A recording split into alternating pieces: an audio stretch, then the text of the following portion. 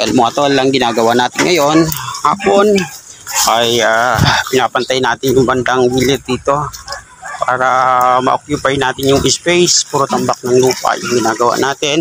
Naayos-ayos natin. Lalagay natin dito yung mga tipis, 1, 2, 3.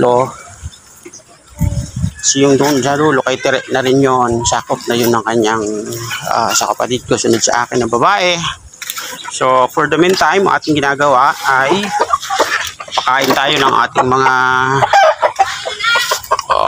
labi-dabi. Kapatid ko, mga pero greedy dyan. So tingnan mo, malulupit kumalo. Yung ating libangan sa hapon, papapawis-pawis. Ito yung ginawa natin ng isang araw. Ayos-ayusin natin. Ito yung tatay nila. Yan. Ninaya ko sabong. Nakuha nang muna ng pan. Right, ito na yung kanyang mga sisiyo. Malalaki-laki na. Hello guys, gusto kayo dyan? Tatlo ito, tatalian ko na naman.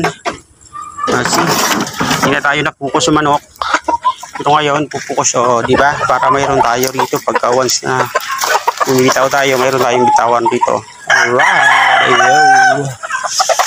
Yung aking doghouse hindi pa natatapos, hindi pa inaabot ng ating mga gawain. Alright, yo.